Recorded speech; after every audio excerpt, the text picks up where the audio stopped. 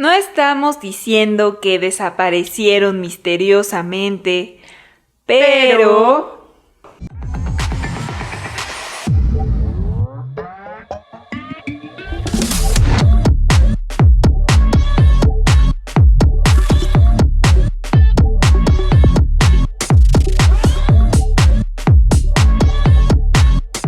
Bienvenidos a otro episodio.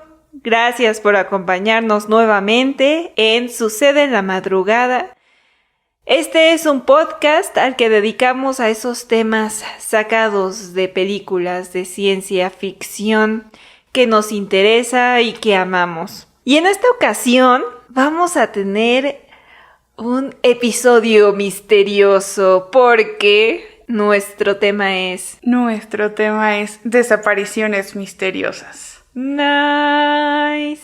En este podcast vamos a hablar de algunos casos, unos más famosos que otros, de personas que han desaparecido y que aún varias de ellas siguen siendo un misterio. Este solo va a ser el capítulo 1 de este tema, entonces en un futuro, quién sabe, pueden esperar más. Así es, tenemos...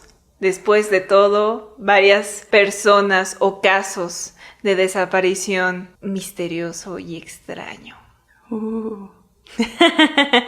Y en esta ocasión vamos a tratar tres casos famosos de desapariciones. Así es, vamos a empezar con El Faro en Escocia, el grupo de 3 personas que estaba cuidando el faro. Luego le vamos a seguir con... El autor del Principito. ¿Qué puedes decir el nombre, Pau? Es que está en francés. Y como sabrán, pues no se nos da. Pero Pau va a dar todas mis clases que he tomado de francés. Vamos a hablar de la desaparición de Antoine de Saint-Exupéry. Ay, no, espérate. Vamos a hablar de la desaparición de Antoine de Saint-Exupéry. El autor del Principito. Perfecto. Y bueno, finalmente vamos a hablar de Amelia Earhart. Esta gran piloto que desapareció. Pero bueno, empecemos con el primer caso. Pues resulta que en Escocia existen estas islas, se les llaman las Islas de Flannan. La más grande de ella es la isla Eilean Mor. En esta isla está el faro, que fue construido entre 1896 y 1899. Ahí, además del faro, habían también unas ruinas de una capilla que se le había construido al monje San Flannan. Muy bien, pues empezamos la historia en diciembre de 1900, cuando el grupo que iba a asistir en el faro, que se queda a cuidar el faro, dándole el mantenimiento correspondiente, es James Ducat como el farero principal, Thomas Marshall, el primer ayudante, y Donald MacArthur como el segundo ayudante, que este último sustituía a otro por enfermedad. Si bien 3 personas se tenían que quedar en el faro, tenía que haber un cuarto que estaba en tierra y funcionaba sobre todo para los relevos y para que todo estuviera en orden con ellos. Ese era Joseph Moore. Realmente el sistema de comunicación de la isla del Faro con los demás pues era muy poca, nada más tenían a Moore y el sistema de banderas de colores, que pues era muy viejo. Ellos se tenían que quedar ahí 15 días. El barco que iba a cambiar de relevo y a traer provisiones tenía que llegar el 20 de diciembre. El 15 de diciembre de 1900, un barco vio que el faro estaba apagado. Cuando llegó a tierra el 18 y 19 de diciembre, avisó que el faro estaba apagado. Sin embargo, este mensaje no llegó. Otros barcos después también dijeron, oigan, el faro está apagado. La supuesta llegada, que estaba para el 20 de diciembre, del barco Hesperus, que tenía las provisiones y relevos con Moore adentro, se tuvo que retrasar hasta el 26 por las malas condiciones meteorológicas. Entonces, ya cuando llegaron ese día, el capitán del barco era James Harvey, se dio cuenta que no había una bandera alzada de bienvenida, como generalmente pasaba, y tampoco nadie había ido a recibirlos y a verlos. Joseph Moore se le hizo muy raro, así que fue en barquito a ver qué sucedía. Llegó, vio que la situación estaba rara, porque en la isla habían muchas cosas deshechas. Por ejemplo, las banderillas de hierro estaban retorcidas, la grúa estaba como medio zafada. Bueno, era un desorden, posiblemente por las tormentas últimas que habían pasado. Entró a la casa de los fareros y todo estaba en orden. Todo estaba muy bien. Fue a avisarle al capitán Harvey y ellos ya bajaron a ver qué onda. De forma más minuciosa, checaron. Primero, todo estaba cerrado. Solamente la puerta de la cocina era la que estaba sin llave. Todo en perfecto orden. Lo único que estaba ahí con vida, porque los tres no estaban en la casa de los fareros, era el canario, que ya estaba casi moribundo por hambre y seguía en la jaula. Las camas estaban hechas. El fuego de la cocina había sido encendido y se había apagado por falta de combustible. El reloj estaba detenido a las 9:30. La mesa de comida estaba preparada, es decir, habían cubiertos y alimentos a medio consumir. El trabajo del día 15 también ya había sido realizado porque el faro estaba en perfectas condiciones. Y también el impermeable de MacArthur estaba en su lugar, pero los de los otros dos no se encontraban. En la cocina solo había una silla fuera de lugar. La silla estaba tirada. Después se llamó a la persona que había contratado a estos fareros. La persona era Robert Muirhead, que había contratado a los tres. El 29 de diciembre decide ir él mismo a ver qué onda y se encuentra con el diario de anotaciones del faro, escritos por Thomas Marshall, y se dio cuenta que el 12 de diciembre decía que había vientos como no se habían visto en 20 años, que Ducat estaba muy tranquilo y que MacArthur había estado llorando. Algo que tienen que entender es que estos tres fareros eran muy experimentados.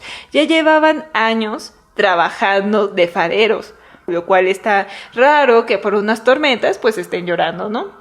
El 13 de diciembre anotaban que la tormenta no había cesado y que los tres habitantes estaban rezando. Sin embargo, los informes meteorológicos decían que del 12 a 13 de diciembre no había una actividad anormal. Es decir, había mar calmado y cielo despejado. Tan, tan, tan. Ahora, las teorías que sacaron de esto es, bueno, a ver. La que se dejó como casi oficial fue que estos hombres habían ido a reparar unas cosas en una parte de la isla, sobre todo con la grúa, y estaban en la tormenta, es decir, era de vital importancia por lo que habían ido, y una ola llegó y se los arrastró. Esa es la que se quedó ahí como oficial, pero bueno, está medio raro. Porque si los tres habían salido, ¿por qué MacArthur no se habría llevado su impermeable, saben? Exacto, eso suena... Pues sí, además, muy improbable porque además estás diciendo que eran experimentados, ¿no? O sea, no eran... Sí, no eran nuevos. Y además también está raro porque el día 15 se anotó en el diario del Faro que la tormenta ha terminado. El mar está en calma. Dios está sobre todas las cosas. Entonces, ¿por qué de la nada llegaría una ola si la tormenta ya había terminado? La teoría 2 es que un hombre mató a los otros dos y que aventó al mar los cuerpos y luego él se suicidó. Pero esto tampoco fue muy aceptado porque Muirhead, el que los había contratado, decía que no eran violentos y que no se tenían rencor. La teoría 3 es que se los llevó un barco extranjero, quién sabe por qué. A unos fareros. Unos fareros que no sé. Y una teoría 4 es que uno era alcohólico y empujó a los otros 2 al mar y que luego él se resbaló y cayó. Que también está muy raro. Muy extraño, ¿no? Sí, exacto. ¿Por qué contratarían a un alcohólico para realizar un trabajo de esos? Sobre todo porque se tiene que cuidar a un faro. Pues estás alejado, sobre todo en esa época de la sociedad, y te tienes que encerrar en este lugar con estas 3 personas, o estas 2 personas. Es decir, sí es capaz de, pues, jugar con la mente de uno si no eres lo suficientemente fuerte. Es decir, eran 2 semanas, pero aún así no creo que correrían el riesgo de meter a una persona alcohólica ahí. No, y además que eran 3, ¿no? Uno pensaría que 2 contra 1 sería lo más probable y no como 1 contra 2. Sí, totalmente. Y bueno, la teoría 5 es que el monje, ¿se acuerdan del monje Sam Flannan? Bueno, que su fantasma estaba por ahí y estaba muy enojado de que habían construido el faro y entonces algo hizo. Decidió acabar con ellos. Y bueno, la última es que se los llevó un monstruo marino, que a mí esa me encanta. Digo, sí. Porque me gusta la cuestión fantástica, pero estaría cool. Sobre todo se dice que es como de la mitología escocesa, entonces como un kelpie o una serpiente marina gigante. Bueno, eso, qué miedo. La verdad, qué miedo. Pero está más interesante que las otras opciones. Ahora aquí la pregunta es, ¿tú qué crees, Frida, que sucedió realmente? Yo qué creo que sucedió realmente. Ay, es que está bien difícil. Sobre todo por esa cosa que dicen que estaban en tormentas esos días, pero como horribles, que tuvieron que rezar, y que en la cosa meteorológica decía que no había habido mal tiempo. No sé para ustedes, pero a mí me suena sobrenatural. A mí me suena monstruo marino. A mí me suena, así es. Bueno, total, resulta que el faro siguió funcionando los siguientes 60 años y no pasó nada. Las personas que iban a cuidar el faro, pues algunos sí tenían miedo y decían que escuchaban voces fantasmales que decían los 3 nombres de los desaparecidos. Finalmente, en 1971, el faro fue automatizado, entonces no necesitaba que lo cuidaran 24/7. Su desaparición sigue siendo un misterio. Así es. Bueno, este caso sigue apantallando y de hecho se hizo una película muy reciente, se llama Keepers, el misterio del faro, en donde sale Gerald Butler y habla justamente de este caso. Obviamente te ponen una versión ficticia porque como no se sabe qué pasó, te crean una historia, pero está entretenida, está llena de misterio. Pues hay que darle una oportunidad. Creo que está padre. En este caso, MacArthur no es un señor experimentado, es un joven. Entonces, bueno, le añade eso extra también. Resulta que también hicieron una ópera en 1980 y se llama El Faro. Pues sí, esta desaparición sigue siendo un misterio. La verdad me parece muy interesante porque pues desaparecieron los 3, no fue como que solo fue 1 o 2, sino los 3. Y además creo que lo que le añade aún pues más misterio es encontrar este diario, encontrar la mesa puesta, el impermeable, todos estos objetos. Sí, como todo en orden, a excepción de la silla, que el faro estuviese bien y que simplemente ellos no estuvieran. Ahora, continuando con nuestra segunda historia, vamos a hablar de la desaparición de Antoine de Saint-Exupéry. Probablemente lo dije mal, pero es la única vez que lo voy a decir. Me voy a referir como al autor del Principito. Y estoy segura que muchos no sabían que su muerte había sido un misterio, que había tenido una desaparición muy extraña. Y para darles un poco de contexto, Antoine era un piloto experimentado y le gustaba mucho volar. Antes de que escribiera El Principito y otras obras, en 1935 tuvo un accidente en el desierto de Sahara. Resulta que tenía que volar de París a Saigón en una carrera y quien ganara iba a recibir 150,000 francos. Él iba volando junto con su copiloto, pero bueno, empezaron a tener problemas con el motor y además la gasolina se empezó a agotar. Tuvieron que aterrizar de emergencia en el desierto y ahí pasaron 4 días. Él narró en una entrevista que llevaban muy poca comida y solo llevaban algo de vino blanco y un termo con café porque pues realmente era una carrera. No tenían pensado llevar pues mucha comida ni agua.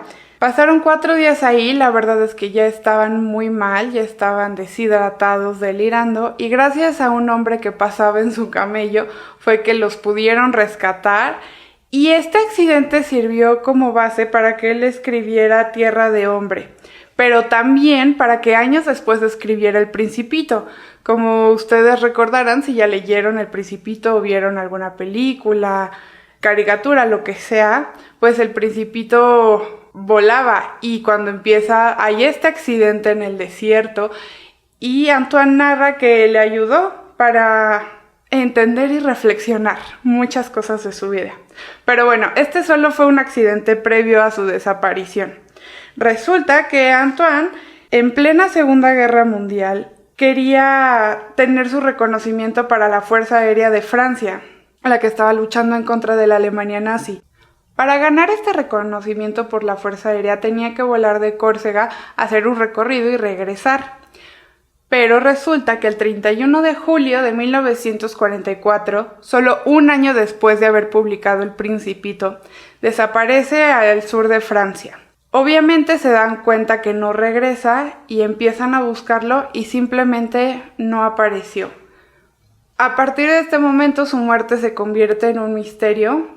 Bueno, su desaparición y posteriormente su muerte porque pues ya no se sabe nada de Antoine.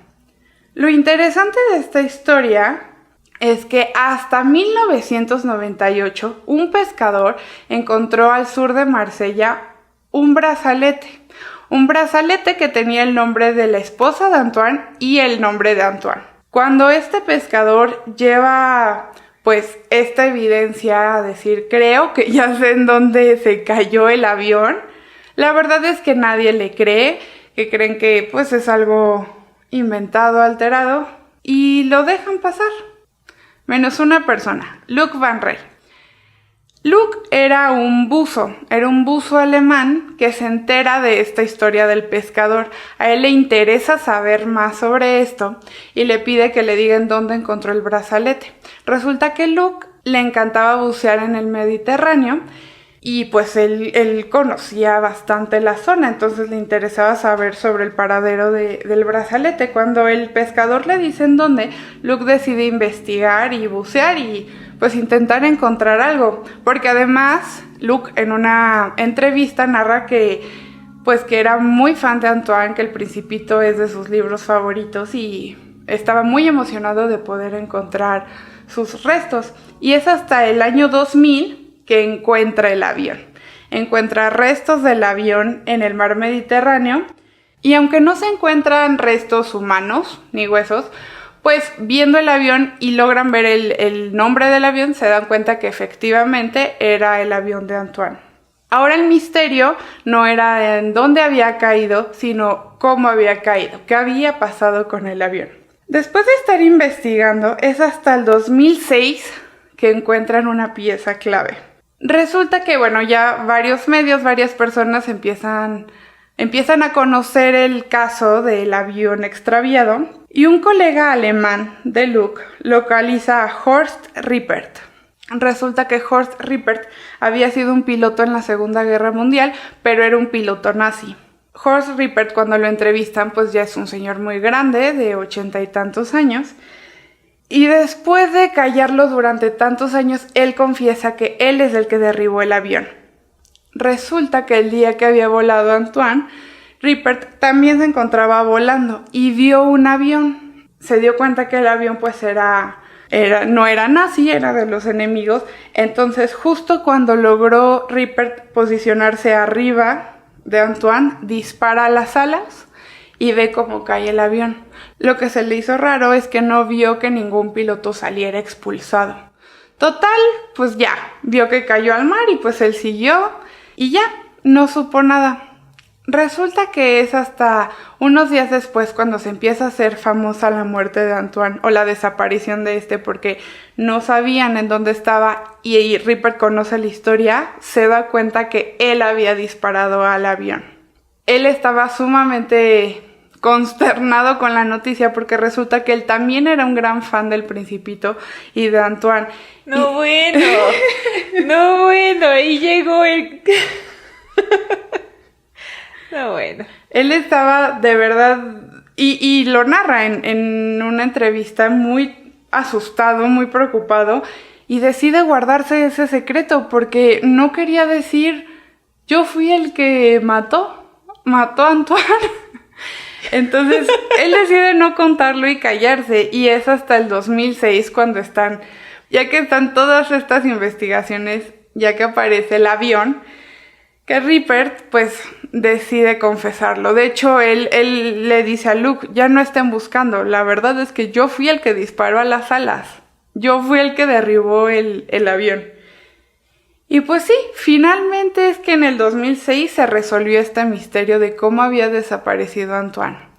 Claro que fue una muerte muy triste, que pues no tenía por qué sucederle esto, pero lo que dice Luke es que él cree que pues fue como un gran fin para alguien que escribió una tremenda obra como lo es El Principito. De hecho, Luke, donde encuentra el barco, le puso el refugio del Principito. Y sí, creo que es una muerte muy triste, obviamente, porque pues Antoine solo andaba volando haciendo un recorrido. Sí, oye. Pero finalmente lo que varias personas creen es que regresó al país de donde es el Principito. Qué romántica forma de ver eso. Pero sí, la verdad es que pues les digo, desapareció en 1944, su avión se encontró hasta el 2000 y hasta el 2006 es que se pudo cerrar el caso. Pues la verdad es que pobre de la esposa que tuvo que vivir tantos años no sabiendo pues cómo murió su esposo, y la verdad yo creo que también ella murió sin saber al final cuál había sido el misterio o cuál había sido la resolución de la desaparición de Antoine. Exacto, ella muere en 1979 y pues ahí todavía no se sabía cómo había desaparecido ni por qué. Muy trágico, muy trágico. Como tal no encontramos alguna obra que hablara de esta desaparición o de este accidente, pero pues obviamente les recomiendo leer El Principito, ver alguna película o lo que sea, es una excelente obra. Y pues sí, la verdad es que conociendo un poco más de la vida de Antoine es que entiendo varias cosas que intenta reflejar en este cuento.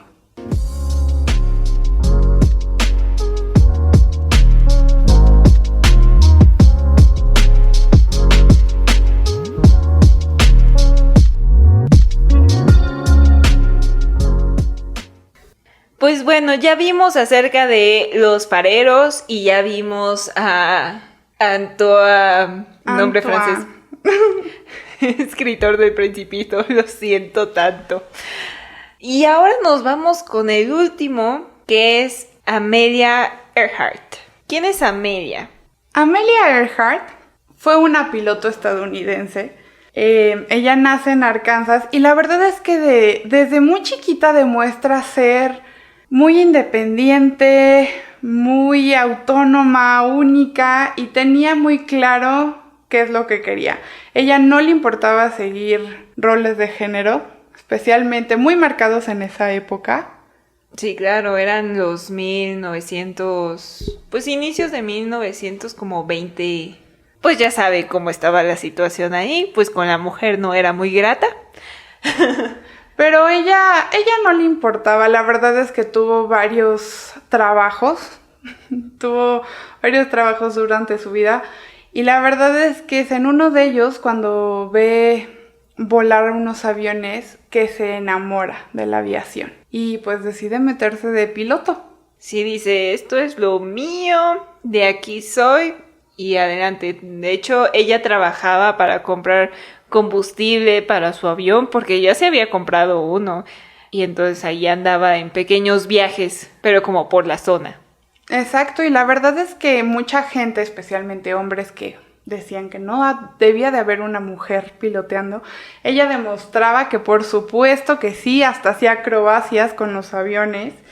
Y fue la primera mujer en volar arriba de los 14,000 pies. Rompe varios récords. También es la primera mujer en cruzar el Atlántico. Y pues ella quería todavía un proyecto más ambicioso. Ella ya tenía como objetivo darle la vuelta al mundo. No por el norte como se había hecho, sino pues más abajo, lo cual involucraba más kilómetros. Y el grado de dificultad, por ende, era mayor. Y es por eso que Amelia en 1937 emprende este viaje.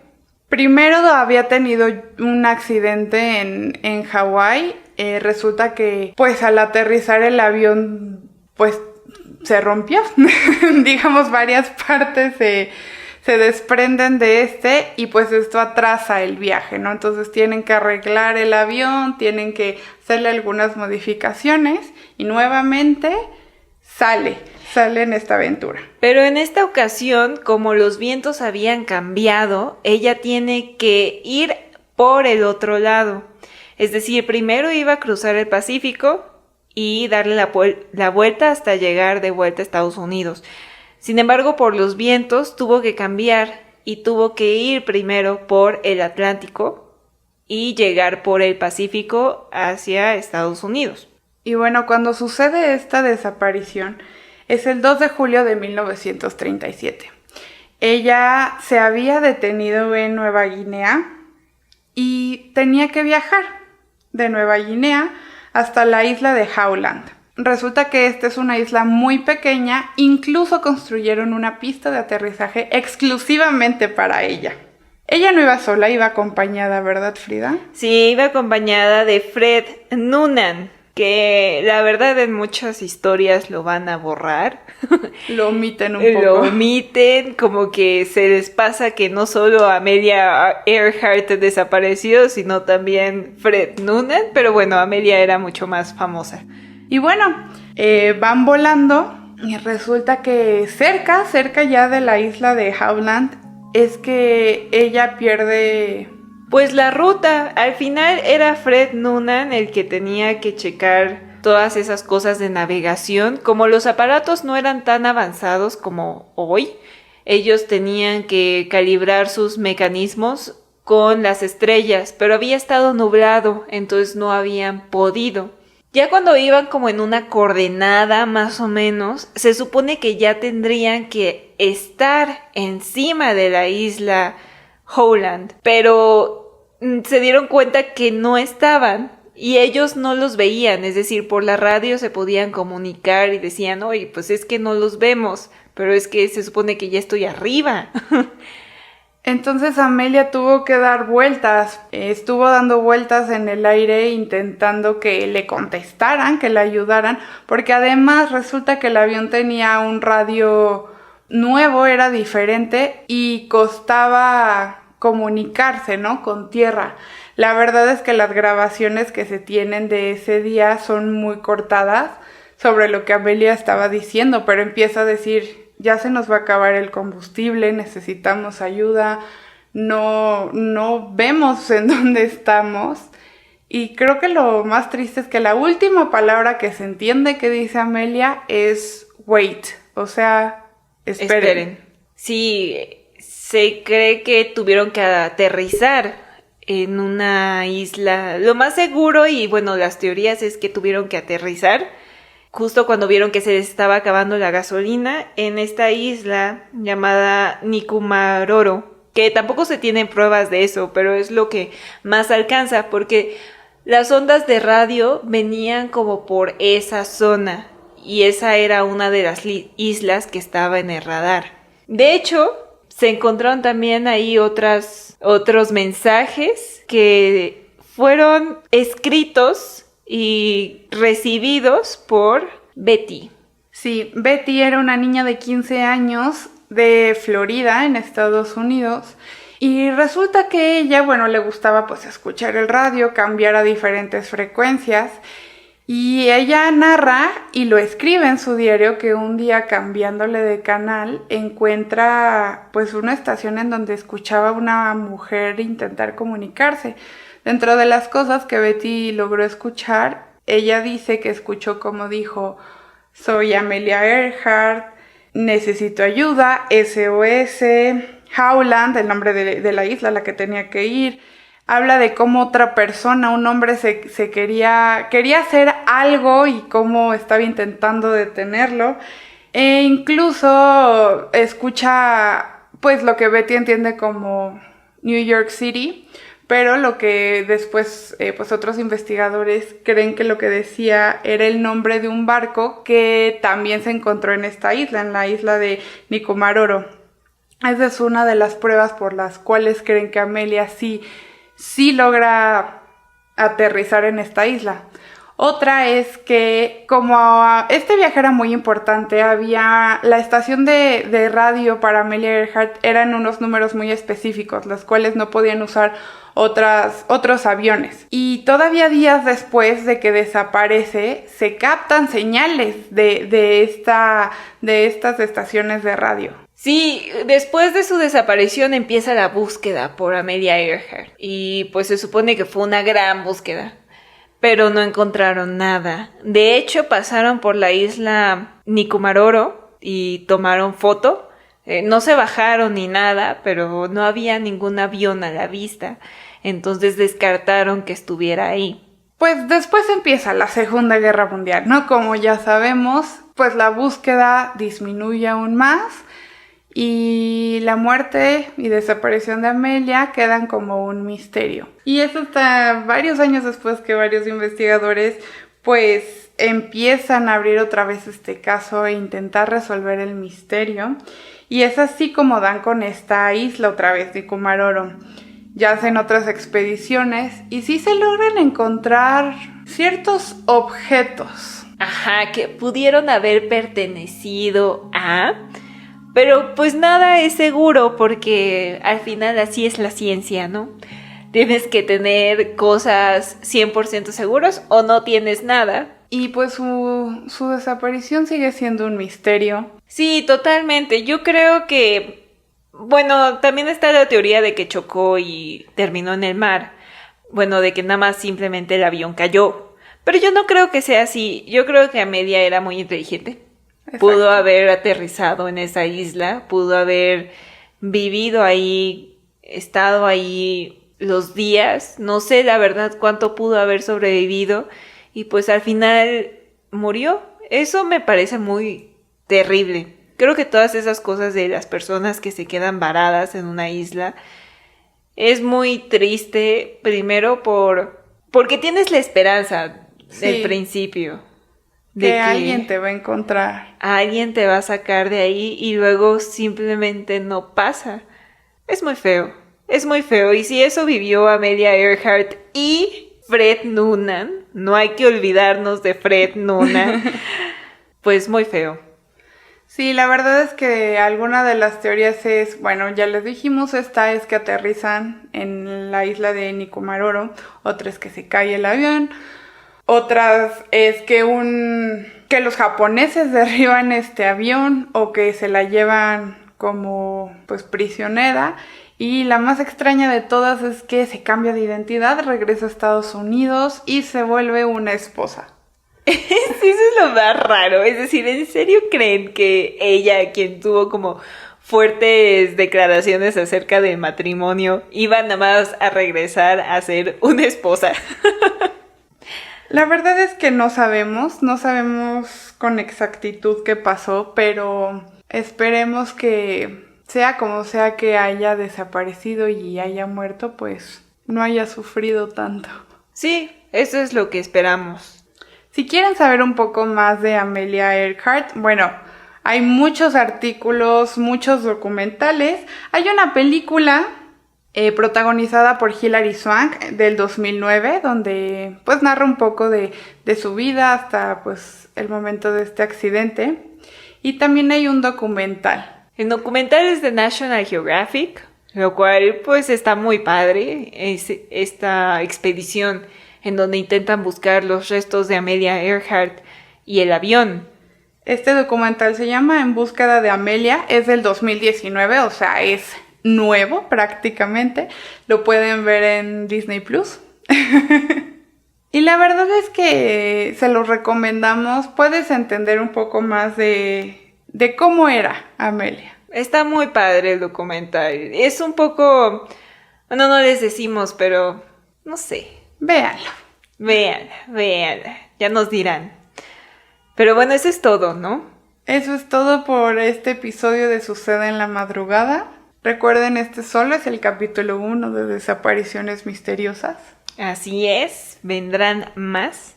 Quizá no la próxima semana, pero pronto. Si están en YouTube, no se olviden de dejarnos en los comentarios qué opinan de estas desapariciones, si tienen otros casos que les gustaría que platicáramos.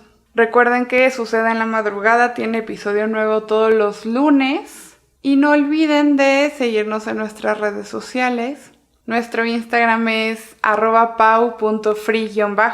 El Instagram de Pau es @ipouch. Y el de Frida es @frida.a.barrera. Gracias por acompañarnos y nos vemos la próxima semana. Bye.